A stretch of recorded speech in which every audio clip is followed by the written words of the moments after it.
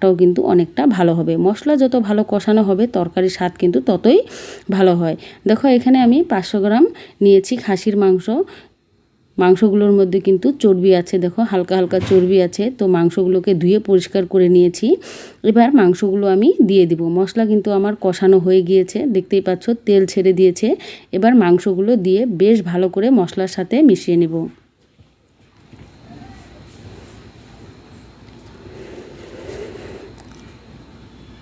খুব সুন্দর করে নেড়ে চেড়ে নিচ্ছি।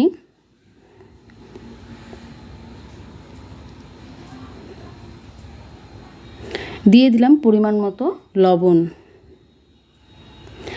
লবণ দিয়ে আবারও ভালো করে নেড়ে নিব।